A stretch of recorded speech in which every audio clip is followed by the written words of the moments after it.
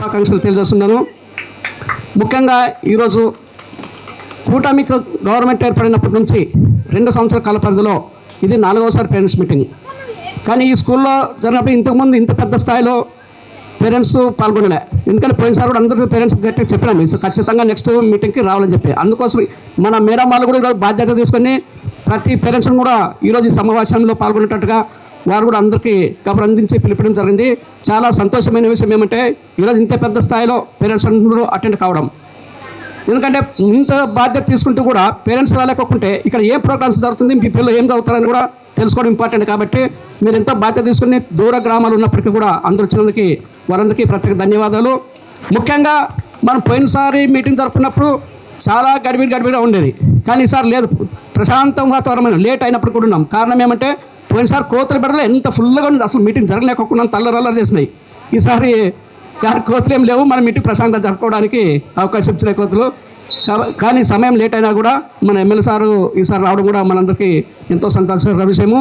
ఇక ముఖ్యంగా విద్యార్థులందరూ కూడా బాగా గమనించండి.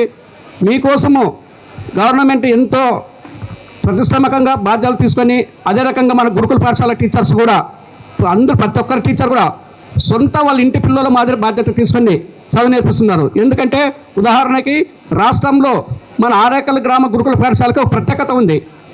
ఎందుకంటే స్టేట్లో మొదటి ర్యాంక్ రావడం అంటే అంత సాధ్యమైన విషయం కాదు. దాని కారణము మన టీచర్స్ అందరూ కూడా ఎంతో బాధ్యత తీసుకొని చదువు నేర్పించడమే. అందుకోసమే ఇప్పుడున్న మిగతా స్టూడెంట్స్ కూడా దాన్ని అంతా గుర్తుంచుకొని గతంలో పిల్లలు ఎలాగైతే చదివి స్టేట్ ఫస్ట్ ర్యాంక్ వచ్చినారో మీరందరూ కూడా అలా ప్రతి ఒక్కరు స్టేట్ ఫస్ట్ ర్యాంక్ రావడానికి ప్రయత్నం చేస్తారని చెప్పి ఈ సభాముఖంగా కోరుకుంటున్నాను. ఇక పేరెంట్స్ చాలామంది 2-3 పిల్లలు ఉన్నళ్ళు మా పిల్లలు ఇక్కడ సీట్ వచ్చింది కాబట్టి 2వ పాప ఇక్కడ వస్తే బాగుంటుంది, 3వ పాప ఇక్కడే బాగుంటుందని ఎంతో చాలా ప్రెజర్లు చేస్తారు. ఇక్కడ సీట్ రాకున్నంత మాత్రాన మీరు దయచేసి పిల్లలను డ్రాప్ చేయొద్దండి. ఖచ్చితంగా ఎక్కడో ఒక స్కూల్లో హాస్టల్లో చేర్పి చదివియండి. ఇక్కడైతేనే చదివిస్తాము, లేకుండా మా పాప రానంటుంది, ఇక్కడైతే చదువుకుంటాం అదే చెప్తారు. మా పెద్ద పాప ఉంది అందుకని చిన్న పాప ఇంట్లోనే చదువుతానంటే చెప్పింది అంటారు. కానీ వాళ్ళకి ఎట్లా నన్న చెప్పి చదువు నుంచి డ్రాప్ చేయొద్దండి. ఖచ్చితంగా ఏదో ఒక స్కూల్లో ఎక్కడో చోట చేర్పించి ప్రతి స్టూడెంట్స్ కూడా చదివించడానికి ప్రయత్నం చేయాలని చెప్పి కూడా ఆశీర్వకంగా తెలియజేస్తున్నాను. ఈ అవకాశం ఇచ్చిన పెద్దలందరికీ ధన్యవాదాలు.